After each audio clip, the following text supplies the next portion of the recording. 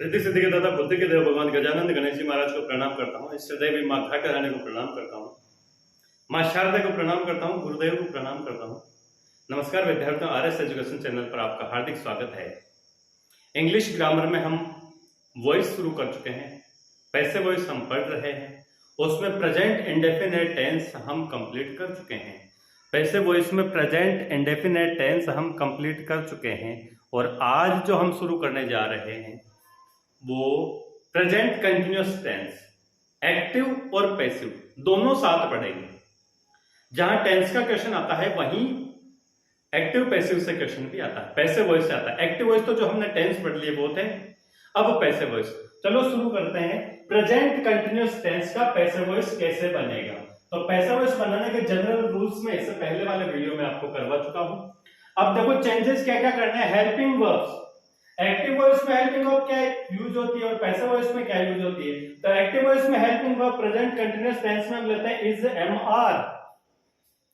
Is am are helping verb लेते हैं। इसका यूज कहां करते हैं? तो ही सी इट और सिंगुलर नंबर। एम का यूज कहां करते हैं? ओनली फॉर आई के साथ। और आर का यूज करते हैं यू वी दे और प्लूरल नंबर, प्लूरल सब्जेक्ट जहां होगा वहां पे। ये हम पहले पढ़ चुके हैं तो ये अलग से लिखवाने की जरूरत नहीं है।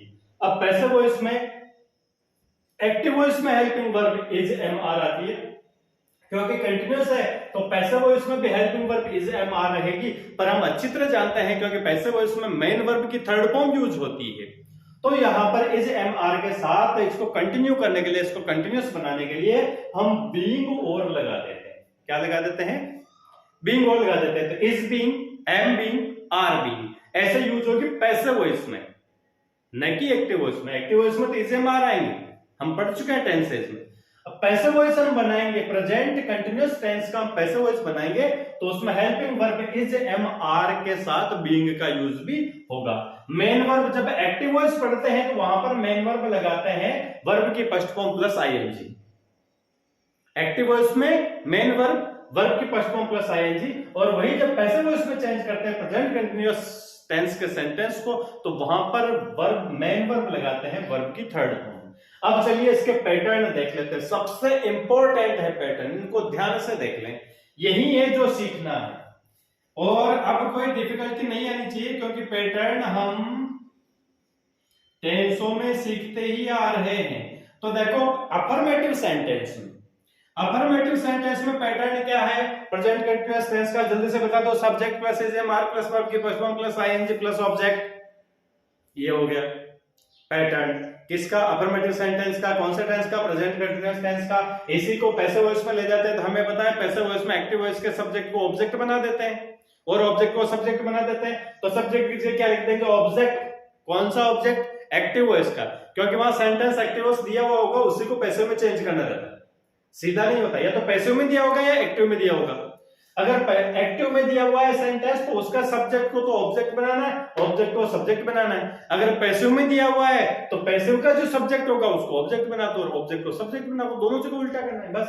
तो एक्टिव वॉइस में जो सब्जेक्ट है वो तो यहां पर हो जाएगा ऑब्जेक्ट और जो ऑब्जेक्ट है वो यहां हो जाएगा सब्जेक्ट। तो पैसिव वॉइस में प्रेजेंट कंटीन्यूअस टेंस का पैटर्न क्या रहने वाला है? Object plus is am are plus being plus verb की third form plus by plus subject.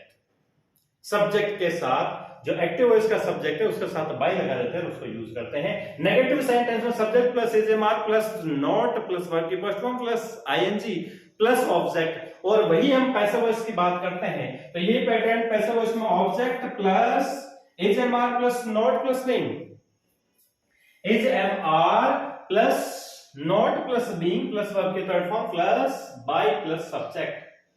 उसके बाद इंटेरोगेटिव सेंटेंस में देखते थे is am are plus subject plus verb की first form plus ING plus object.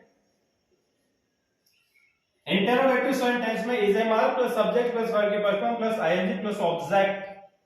यही पैटर्न पैसिव वॉइस का देखे थे is am are plus object plus being, is am are plus object plus being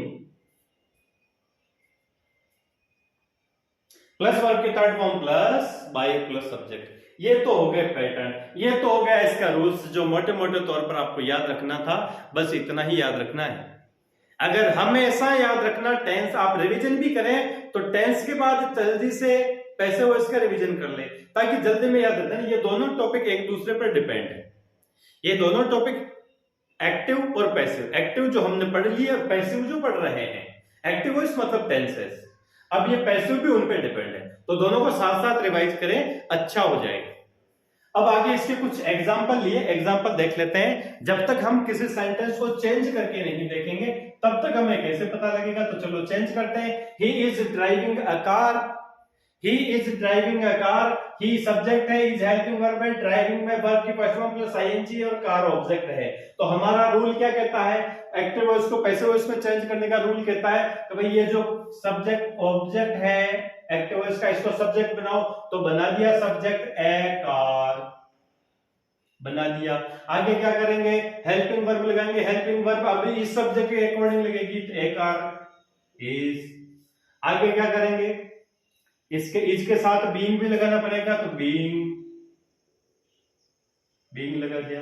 अब verb की third form drive, drive, drove, ड्रोवन।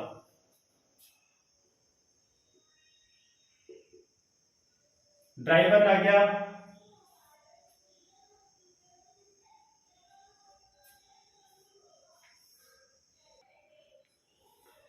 A car is driven, third form लिख दी driven. अब इसके बाद बाय लगाना है, ये बाय लगा दिया, और सब्जेक्ट को ऑब्जेक्ट बनाना है, तो he is driving a car, a car is being driven by he, यहां पर सब्जेक्ट बनेगा तो बन जाएगा हिम।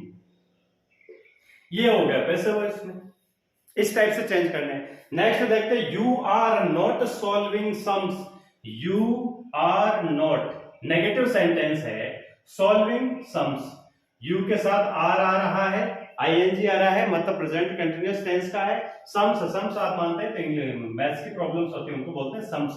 तो यहां पर हम इसको, ये जो ऑब्जेक्ट है इसको बना देंगे सब्जेक्ट। अब ये प्लूरल नंबर है, सम प्लूरल बना हुआ है सम्स, तो यहां पर लिखेंगे सम्स।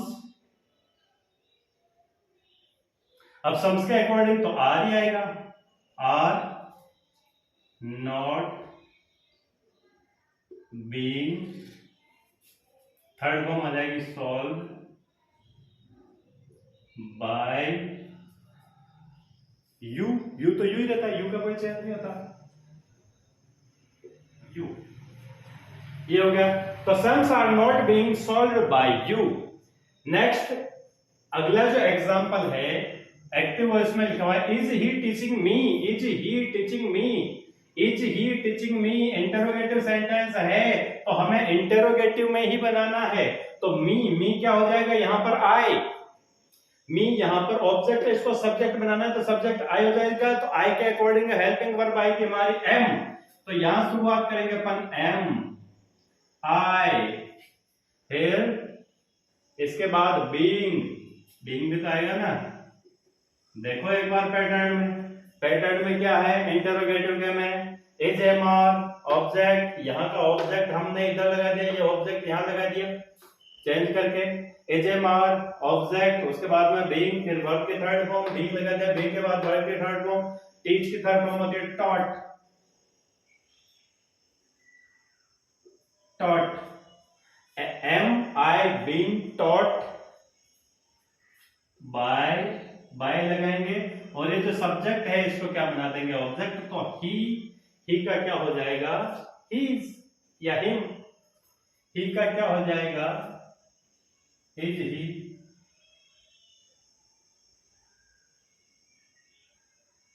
हिम और इंटरोगेटिव।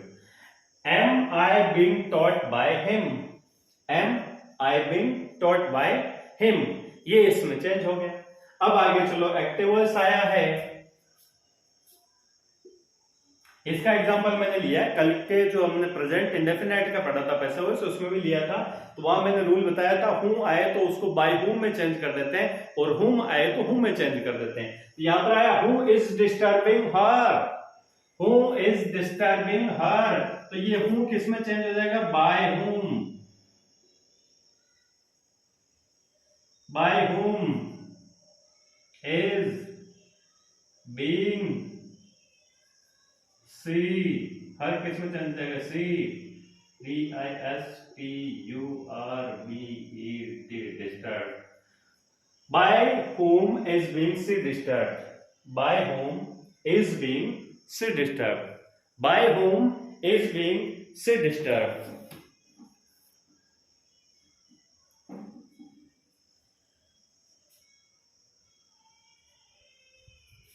यहां पर थोड़ा चेंज करेंगे हम, ये बीइंग यहां पर साथ में लगा के और इसको सी को पहले लिखेंगे। By whom is she being, according to अपने पैटर्न के अकॉर्डिंग ये रहेगा। तो by whom is she being disturb, ये इसका हो जाएगा। एक्टिव वॉइस को पैसिव में चेंज करेंगे तो फिर पैसिव वॉइस। अब इतने सेंटेंस तो हमने लिए, एग्जांपल लिए जिसमें पहले एक्टिव वॉइस हमने लिखा था, पैसिव में चेंज किया था। यहां एक एग्जांपल मैंने ऐसा भी लिया है जिसमें पैसिव लिख दिया और इसको एक्टिव में चेंज करना। पैसिव लिख दिया, इसको एक्टिव में चेंज करना है। पैसिव का कैसे पता लगा कि I am not being, being आ रहा है देखो, एक तो एक वर्ब की थर्ड फॉर्म आ रही, इससे पता लग गया कि पैसिव वॉइस है। कौन सा है? तो प्रेजेंट कंटिन्यूअस टेंस का पैसिव वॉइस है। अब इसको मैं एक्टिव वॉइस में चेंज करना है, एक्टिव वॉइस में चेंज करेंगे तो इसको सब्जेक्ट बनाएंगे, तो यहां बना दिया हर, क्या हो जाता है? सी। अब सी के अकॉर्डिंग हेल्पिंग वर्ब आ जाएगी इज, इसके साथ नोट लगाना है तो नोट लग गया, ये नोट लगा दिया, इज सी नॉट। और अब टॉट, टॉट थर्ड फॉर्म थी, इसको फर्स्ट फॉर्म बनाना है तो ये हो जाएगी टीचिंग, TEACHING, टीचिंग। बाय हट जाएगा और ये आई जो है ऑब्जेक्ट बन जाएगा। तो आई किस में चेंज हो जाता है? सी इज नॉट टीचिंग मी, आई किस में चेंज हो जाएगा? मी में। और ये हो गया हमारा एक्टिव वॉइस। ये पैसिव नहीं भाई, एक्टिव है। She is not teaching me, she is not teaching me, इसको पैसिव वॉइस में बनाते हैं I am not being taught by her, ये होता है। तो ये कुछ एग्जांपल्स थे, ये एग्जांपल्स इसी वजह से करवाए। किसी अगर स्टूडेंट के दिमाग में ये आया कि सर ने पहले जो टेंस पढ़ाए थे तब तो हमें ऑब्जेक्टिव बेस्ड क्वेश्चन करवाए थे, बट इसमें तो ऑब्जेक्टिव बेस्ड करवाए नहीं, तो ऑब्जेक्टिव बेस्ड के मैं आपको पीडीएफ बना के उसमें सोल्व करवा के अलग से वीडियो डाल दूंगा। पर यहाँ पर इसके क्योंकि पैसिव वॉइस के जो एग्जाम में क्वेश्चन आते हैं वो ऐसे ही आएगा, या तो एक्टिव वॉइस लिखा हुआ आएगा उसको पैसिव में चेंज करना रहता है, या पैसिव वॉइस लिखा हुआ आएगा उसको एक्टिव वॉइस में चेंज करना रहता है। तो यहाँ सीधा पूरा का पूरा सेंटेंस ही आपको चेंज करके अपने ऑप्शन में मैच कर लेना है। तो ये था प्रेजेंट कंटिन्यूअस टेंस का पैसिव वॉइस बनाना। मैंने कोशिश करी है कि बिल्कुल साधारण भाषा में आपको पूरा समझा सकूं, और विश्वास भी है मुझे कि आप लोगों को समझने में आ गया होगा। अब आगे पैसिव वॉइस सभी टेंसेस के नहीं बनते हैं, कुछ टेंसेस के पैसिव वॉइस बनते भी नहीं है, तो पैसिव वॉइस में इतना टाइम नहीं लगेगा।